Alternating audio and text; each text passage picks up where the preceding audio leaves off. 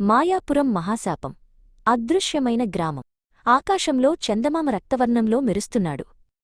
మేఘాలు ఆ రంగును కప్పేయడానికి ప్రయత్నిస్తున్నాయి. డిటెక్టివ్ హోమస్వరూప్ మరియు అతని సహాయకుడు గగన్ స్వరూప్ మాయాపురం గ్రామ పొలిమేరల్లో నిలబడ్డారు. ఆ ఊరిలోకి అడుగుపెట్టగానే గాలిలో ఒక రకమైన కుళ్ళిన వాసన, వింతైన నిశ్శబ్దం వారిని పలకరించాయి. ఒక్క రాత్రిలో ఊరి ప్రజలందరూ ఏమయ్యారో ఎవరికీ తెలియదు.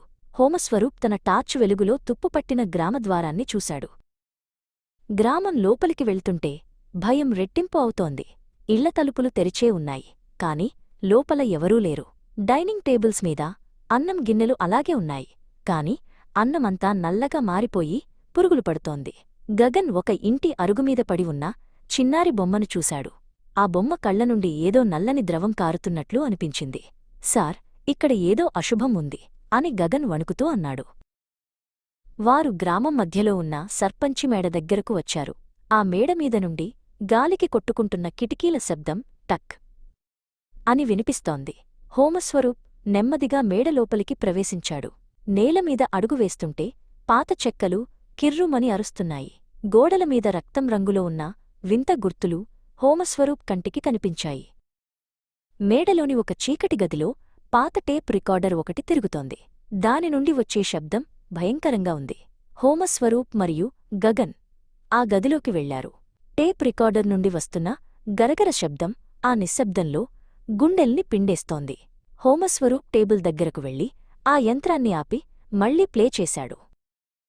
టేప్ రికార్డర్ నుండి ఒక వణికిపోయే గొంతు వినిపించింది. మేము తప్పు చేశాం. ఆ పురాతన శవపేటికను తెరవకూడదు. అది మమ్మల్ని వదిలిపెట్టదు. అది ఇప్పుడు నా వెనుకే ఉంది. కాపాడండి. ఆ గొంతు ఆఖరిలో పెద్ద కేకవేసి ఆగిపోయింది. గగన్ భయంతో తన చెవులను గట్టిగా మూసుకున్నాడు. గదిలోని ఉష్ణోగ్రత ఒక్కసారిగా పడిపోయింది. సందేశం ముగియగానే గది తలుపులు దానంతటా అవే గట్టిగా మూసుకున్నాయి. ఎవరో బయటనుండి మేకులు కొడుతున్నట్లు భయంకరమైన శబ్దాలు వినిపిస్తున్నాయి. హోమస్వరూప్ తలుపు తీయడానికి ప్రయత్నించాడు, కాని అది కదలలేదు. గదిమూలల నుండి నల్లటి పొగ ఆవరించడం మొదలైంది. గగన్, ధైర్యంగా ఉండు అని హోమస్వరూప్ హెచ్చరించాడు. హోమస్వరూప్ తన అల్ట్రావయలెట్ లైట్ వేసి గోడలను చూడగా అక్కడ ఒక వింత రహస్యమార్గం కనిపించింది. గోడమీద మృత్యువు రహస్యమని రాసి ఉంది. హోమస్వరూప్ ఆ రాతిగోడను నొక్కగానే అది పక్కకు తప్పుకుంది. లోపల ఒక చీకటి సొరంగం కనిపించింది. సొరంగం లోపలికి వెళ్లగానే వారికి ఒక నీలిరంగు ఆకారం కనిపించింది. అది మనిషి కాదు, కేవలం ఒక నీడలా ఉంది. ఆ నీడ గాలిలో తేలుతూ వారివైపు వేగంగా రాసాగింది. సార్, అది మనల్ని తినేస్తుంది అని గగన్ కేక వేశాడు. ఆ నీడ వెళ్లిన చోటల్లా గోడలు మంచులా గడ్డకడుతున్నాయి. హోమస్వరూప్ ఆ సొరంగం చివర ఒక పాత డైరీని చూశాడు. దాన్ని గబగబా చదివాడు. గగన్, ఈ ఊరి ప్రజలు అడవిలోని శక్తివంతమైన ఆత్మశిలాను దొంగిలించారు. అందుకే ఆ శక్తి గ్రామ ప్రజలందర్నీ బంధించి మరో లోకానికి తీసుకెళ్ళింది అని అరిచాడు. ఆ డైరీలో ఆ శిల ఉన్న రహస్య గది గురించి ఉంది.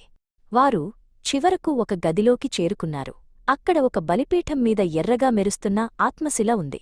ఆ శిల నుండి గ్రామ ప్రజల ఆర్తనాదాలు వినిపిస్తున్నాయి.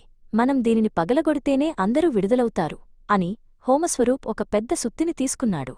హోమస్వరూప్ ఆ శిలను గట్టిగా కొట్టాడు. ఒక్కసారిగా ఆ రాయి వెయ్యి ముక్కలైంది. ఆ గది నుండి ఒక భయంకరమైన వెలుగు బయటకు వచ్చింది. మేడ మొత్తం వణికిపోతోంది. పైకప్పు కూలిపోవడం మొదలైంది. గగన్, పరుగుతీ అని హోమస్వరూప్ గగన్ను తోశాడు. వారు మేడ నుండి బయటకు రాగానే ఆ ఊరి ప్రజలందరూ స్పృహ లేకుండా రోడ్లమీద పడి ఉండటం కనిపించింది. ఆ నల్లటి నీడ మాయమైపోయింది. తెల్లవారుజాము అవుతోంది. సూర్యకిరణాలు గ్రామం మీద పడ్డాయి. ప్రజలు నెమ్మదిగా కళ్ళు తెరుస్తున్నారు. మిస్టరీ వీడింది, కాని ఆ రాత్రి జరిగిన భయంకర సంఘటనలు వారి మనసుల్లో చిరస్థాయిగా నిలిచిపోయాయి.